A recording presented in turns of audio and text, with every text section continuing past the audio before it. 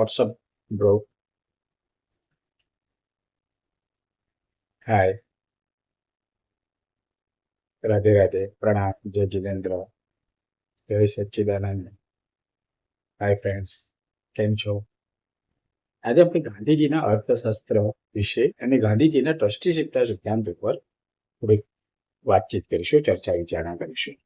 તો ગાંધીજીનો ટ્રસ્ટીશિપનો સિદ્ધાંત એ ગાંધીજીનું અર્થશાસ્ત્ર દર્શાવે છે, ગાંધીજીનું ઇકોનોમિક્સ બતાવે છે અને ગાંધીજી અર્થશાસ્ત્ર વિશે એમનો ખ્યાલ દર્શાવે છે. આ ખ્યાલ સામાજિક ન્યાય, સોશિયલ ઇક્વાલિટી ઉપર ખાસ ભાર આપે છે અને આત્મનિર્ભરતા અને અહિંસાના સિદ્ધાંતો. અહિંસા એટલે એમનો પાયાનો સિદ્ધાંત હતો, સત્ય અને અહિંસા એમના સિદ્ધાંત હતા. તો અહિંસક રીતે સમાજમાં ન્યાય લાવવો, એટલે સમાજમાં ઇક્વાલિટી લાવી, સમાજમાં સમાનતા લાવી. હવે સમાનતા કઈ રીતે લાવી? તો હેવ્સ અને હેવ નોટ્સ વચ્ચે જે ખાઈ છે એ ખાઈને પૂરી કરવા માટે એક પ્રયત્ન તરીકે આ ટ્રસ્ટીશિપનો સિદ્ધાંત લાવવામાં આવ્યો હતો. ટ્રસ્ટીશિપનો સિદ્ધાંત એ મોરલ વધારે છે, વ્યક્તિના મોરલ ઉપર પ્રહાર કરે છે અથવા વ્યક્તિના મોરલને મોટિવેટ કરે છે કે ભાઈ મોરલી નૈતિકતા ઉપર કે તમારે નૈતિક રીતે આમ કરવું જોઈએ. કોણે? Those who are haves. કોના માટે? Those who don't haves. જેવું જેમની પાસે બધું છે, જેવું જેમની પાસે નથી, એમની વચ્ચેની જે ખાઈ છે એ ખાઈ પૂરી કરવા માટે. કારણ કે જે અમીર છે, ધનિક છે, એ વધુ ને વધુ ધનિક થતા જાય છે બીકોઝ એમની પાસે પૈસા છે. પૈસાને ઇન્વેસ્ટ કરે છે, પૈસાને ક્યાંક રોકે છે, જમીનમાં રોકે છે, ગોલ્ડમાં રોકે છે, પ્રોપર્ટીમાં રોકે છે, બીજા ઇન્વેસ્ટમેન્ટ્સ કરે છે, કંપનીમાં, શેર બજારમાં વગેરેમાં. અને એ દિન પ્રતિદિન એ આપોઆપ ઇન્વેસ્ટમેન્ટ વધતા જાય છે. એટલે ધોઝ હુ હેવ્સ એ વધારે ને વધારે પૈસાને કહે છે, જે લક્ષ્મીને કહે છે, એ વધારે ને વધારે અમીર બનતા જાય છે. જ્યારે ધોઝ ડોન્ટ હેવ એનીથિંગ, તો એમની પાસે તો બે ટંક ખાવાના પણ ફાફા હોય છે. તેઓ પાસે પૈસા નથી હોતા, તેથી કોઈ ધંધો નથી કરી શકતા, તેથી આવકનું સર્જન નથી કરી શકતા. એટલે ગરીબ હોવાના કારણે ગરીબ જ રહે છે અને પૈસાદારો પૈસા હોવાના કારણે વધુ પૈસાદાર બનતા જાય છે. અને આમ જે ખાઈ આટલી હતી એ ધીમે ધીમે ખાઈ ધ ડિસ્ટન્સ, એમને વચ્ચેનું ગેપ એ વધતી જાય છે. તો આના પર પ્રહાર કરવા માટે અથવા આ આર્થિક અસમાનતા જે છે એને સમાનતામાં પરિવર્તિત કરવા માટે સમાજમાં એક કાયમી માળખું સ્થપાય, સમાજમાં લોકો આર્થિક અને સામાજિક રીતે સારી રીતે સુલેહ-સંપથી રહી શકે, તે માટે આખો અહિંસાના સિદ્ધાંત બેઝ છે. અને એમાંથી આજે નીકળ્યું કે ટ્રસ્ટીશિપ કે સામાજિક ન્યાય, કે જેમની પણ પાસે વધારે સંપત્તિ છે તો તેમને એમ માનવાનું કે આ સંપત્તિ એનો હું માલિક નથી, એનો હું ટ્રસ્ટી છું. ટ્રસ્ટીનું શું કામ હોય છે કે એની ટ્રસ્ટમાં જે પણ કઈ મિલકત હોય તો એના માલિક તરીકે નહીં, ટ્રસ્ટની મિલકતના માલિક તરીકે નહીં, પણ ટ્રસ્ટની મિલકતના એક કેરટેકર તરીકે કામ કરવું જોઈએ. એ ટ્રસ્ટની જે મિલકત છે તે ટ્રસ્ટ જે હેતુથી સ્થાપવામાં આવ્યું છે એ ટ્રસ્ટના હેતુ માટે કઈ રીતે તેનો વધારે સારી રીતે ઉપયોગ કરી શકાય, ટ્રસ્ટના જે લાભાર્થીઓ છે તેમના સુધી ક્યાં કઈ રીતે વધારે ને વધારે લાભ પહોંચાડી શકાય, આ જોવાનું છે. એટલે they have to manage, efficiently manage, but not as a owner but as trust. તો તેવી રીતે સમાજમાં જેમની પાસે ખૂબ જ ધન છે, લક્ષ્મી છે, અધિકાર છે, તો તે લોકોએ પોતાની પાસેના જે વધારાના સંપત્તિ, આવક, લક્ષ્મી છે તો તેનો ઉપયોગ એવી રીતે કરવો જોઈએ કે જેથી સમાજના વધુમાં વધુ લોકો સુધી, નીચલામાં નીચલા વર્ગના લોકો સુધી તેનો લાભ પહોંચી શકે, તેમને મદદ થઈ શકે, તેમનો ઉદ્ધાર થઈ શકે. એટલે પોતાની જે કઈ સંપત્તિ છે તે સંપત્તિનો પોતે માલિક નથી, પોતે ટ્રસ્ટી છે, એમ તેની કેર લેવી જોઈએ, તેમાં વધારો થાય તેની પણ ધ્યાન લેવું જોઈએ, તેના માટેના પણ પગલાં લેવા જોઈએ, તેની કોઈ ના નથી. પણ જે કંઈ વૃદ્ધિ થાય, એ સંપત્તિમાં જે વૃદ્ધિ થાય, સંપત્તિમાંથી જે કંઈ આવક ઉપાર્જન થાય, તે આવકનો ઉપયોગ સમાજના નીચલા તબક્કાના લોકો સુધી પહોંચાડવાનો પ્રયત્ન કરવો જોઈએ. એનો મેક્સિમમ કઈ રીતે ઉપયોગ એવી રીતે કરવો કે જેથી આ લોકોને વધુમાં વધુ લાભ મળે, તે લોકોનું જીવન સ્તર ઊંચું આવે, તેઓ ગરીબી રેખાથી બહાર આવે,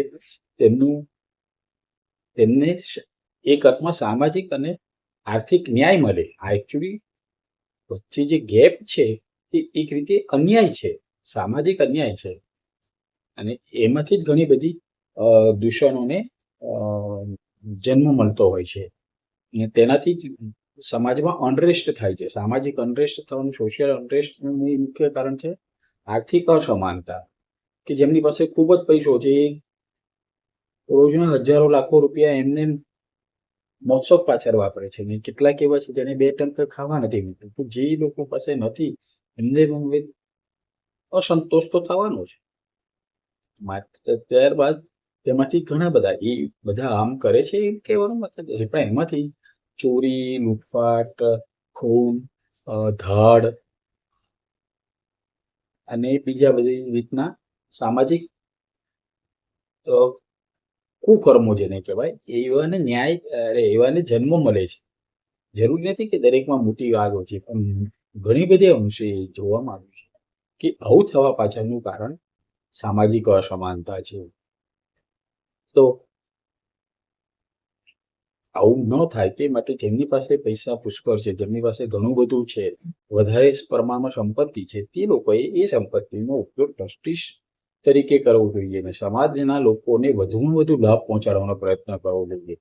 સંકુચિત મનોવૃત્તિ કરીને પોતાના અને પોતાના ફેમિલી માટે તેનો ઉપયોગ નહીં કરવો જોઈએ, પરંતુ જ્યારે કોઈ પણ રાષ્ટ્રીય આપદા આવે, કંઈ પણ તકલીફો આવે, તે વખતે સહાય સરકારને પણ કરવી જોઈએ, લોકોને પણ કરવી જોઈએ. અને તદ ઉપરાંત પોતાના સાધનોને એવા કાર્યોમાં વાપરવા જોઈએ કે સમાજને શેની જરૂર છે, તો કે ભાઈ સારી સ્કૂલોની જરૂર છે તો સારી સ્કૂલો ખોલવી જોઈએ, સમાજને હાયર એજ્યુકેશન માટે સારી કોલેજોની જરૂર છે તો સારી કોલેજો ખોલવી જોઈએ, સમાજને આરોગ્ય માટે આરોગ્યની જરૂર છે તો સારી હોસ્પિટલો ખોલવી જોઈએ, અને રાહત દરે જેમાં બધી સગવડ મળી રહે તેવું કરવું જોઈએ. હવે તો સરકારની પોતાની બધી સ્કીમો એ રીતે મળે, પણ હોસ્પિટલો ખોલવી, સ્કૂલો ખોલવી, કોલેજો ખોલવી, આ રીતના બધા કામ, પ્લસ અનાજ વિતરણ છે, આવું બધું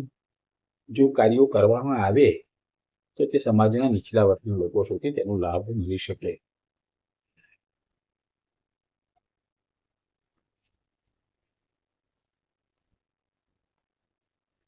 તો અહિંસા અને સમાનતા, ટ્રસ્ટીશિપનું મુખ્ય મૂળ મહાત્મા ગાંધીના અહિંસા અને સમાનતાના સિદ્ધાંતોમાં છે. તેમની આર્થિક સ્થિતિને ધ્યાનમાં લીધા વિના દરેક વ્યક્તિની આંતરિક ગરિમા અને મૂલ્યને ઓળખે છે. પછી વિશ્વાસ તરીકે સંપત્તિ.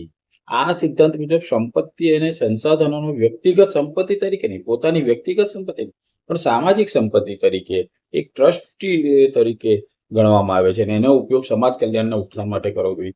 સ્વૈચ્છિક વહેંચણી, આમાં કોઈ જબરજસ્તી નથી, જોર જુલમ નહીં, જબરજસ્તી નહીં, પણ સ્વૈચ્છિક, કે આ વોલન્ટરીલી તમે આમ કરો. મોરલ ઉપર, નૈતિકતા પર પ્રહાર કરે છે, અથવા નૈતિકતાને મોટિવેટ કરે છે કે ભાઈ તમે નૈતિક રીતે આ જે કંઈ મળ્યું છે એ તમારા કર્મોના આધીન કુદરતી રીતે તમને મળ્યું છે, પણ તમે આ મળ્યું છે તો તમે સમાજમાં છો તો તમને છે ને, તો સમાજ છે તો તમે છો, તો તમારી પણ સમાજ પ્રત્યે જવાબદારી થાય છે કે આ સંપત્તિનો ઉપયોગ સમાજ માટે કરો, સમાજમાં વહેંચો. અને સ્વૈચ્છિક, એને પ્રોત્સાહન આપે છે સમાજનું કલ્યાણ કરવા માટે. ટ્રસ્ટીશિપનો પાયાનો ઉદ્દેશ્ય સમાજનું કલ્યાણ અને આર્થિક ન્યાય છે. માનવતાવાદી અભિગમ, બીજું આ આખો હ્યુમેનિટેરિયન એપ્રોચ છે કે ભાઈ જે લોકો પાસે નથી, જેમને ખૂબ જ એના કારણે, જેમની પાસે આર્થિક સંપત્તિ નથી, 2 ટંક ખાવા નથી મળતું, બેઝિક પોતાની જે પાયાની જરૂરિયાતો છે એ પૂરી નથી કરી શકતા, રોટી, કપડાં, મકાન, અને ખાસ તો અનાજ, 2 ટંકનું અનાજ પણ ખાવા નથી મળતું, તો એવા લોકો માટે સહાનુભૂતિ હોવી જોઈએ.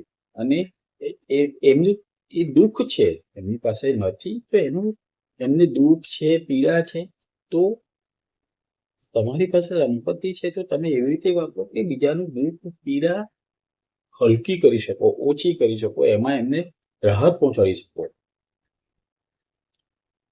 બિન શોષણ સંબંધી સંબંધો, તો જે કંઈ સમાજમાં પણ આર્થિક માળખું એવું હોવું જોઈએ કે જેમાં શોષણ ન હોવું જોઈએ, કે જેમની પાસે પૈસા છે એ બીજા બધા પાસે જેની પાસે નથી એનું શોષણ કરીને કે ભાઈ એની મજબૂરી છે એટલે એને જે પૈસા આપીશું, જે રોજગાર આપીશું એ રોજગાર એ જખ મારીને એ કામ કરશે જ, કારણ કે એની પાસે કશું જ નથી.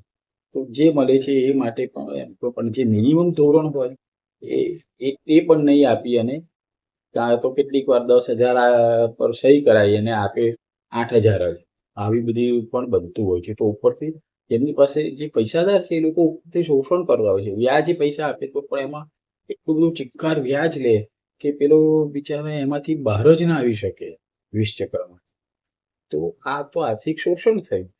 જેમની પાસે પૈસા છે તો એમને એવી સંપત્તિનો ઉપયોગ એવી રીતે ના કરવો જોઈએ કે જેથી જે ગરીબો છે તો એમનું વધારે ને વધારે એમને દુઃખ દર્દ અને પીડામાં વધારો થાય, એમનું શોષણ કરવું આ યોગ્ય નથી.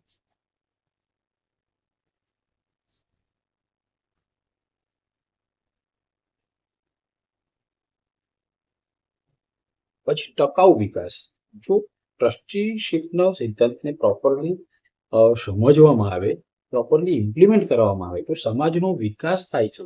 અને કેવું કાયમી વિકાસ થાય છે, એક પરમેનન્ટ ગ્રોથ થાય છે, એક સરસ સુમેર વાતાવરણ ઊભું થયું હોય અને પૈસાદારોને પણ કંઈ તકલીફ થઈ હોય તો તરત ગરીબો આવીને ઉભા રહી જાય એમની પડખે, એમને મદદ કરવા માટે.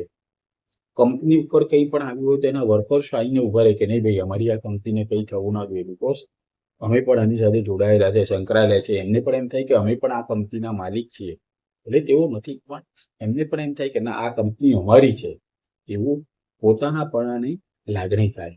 તો આવી રીતે જો એક સમાજ બને તો એ સમાજનો વિકાસ થાય છે અને પરમેનન્ટ બેઝ ઉપર થાય છે, કાયમી ધોરણે થાય છે, ટકાઉ વિકાસ થાય છે, એવો વિકાસ કે જે લાંબો સમય ટકી રહે છે. બીજું લોકશાહી ભાગીદારી, આમાં લોકશાહી છે કે લોકશાહી એટલે બધાના માટે,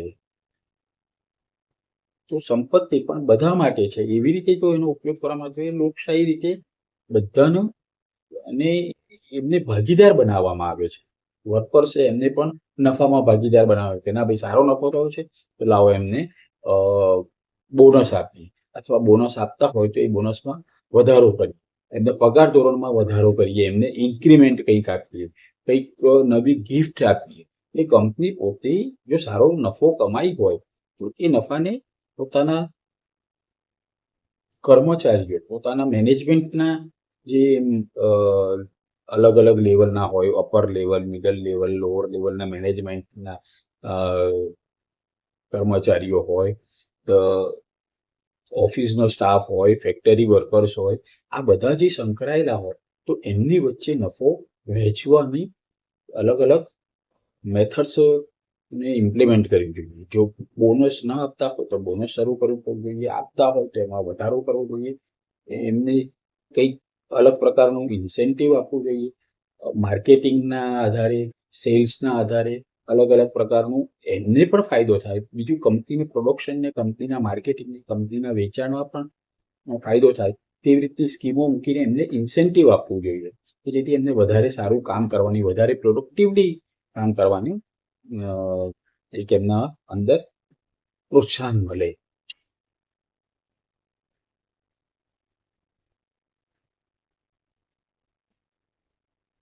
અને આ જ રીતે એક આખા સમાજમાં કંઈક પરિવર્તન આવે, સમાજની અંદર પરિવર્તન આવે અને સમાજ એક સુખી, સમૃદ્ધ, સંપન્ન સમાજનું નિર્માણ થાય. આ રીતે ગાંધીજીનો ટ્રસ્ટીશીપનો સિદ્ધાંત છે. નમસ્કાર, આભાર.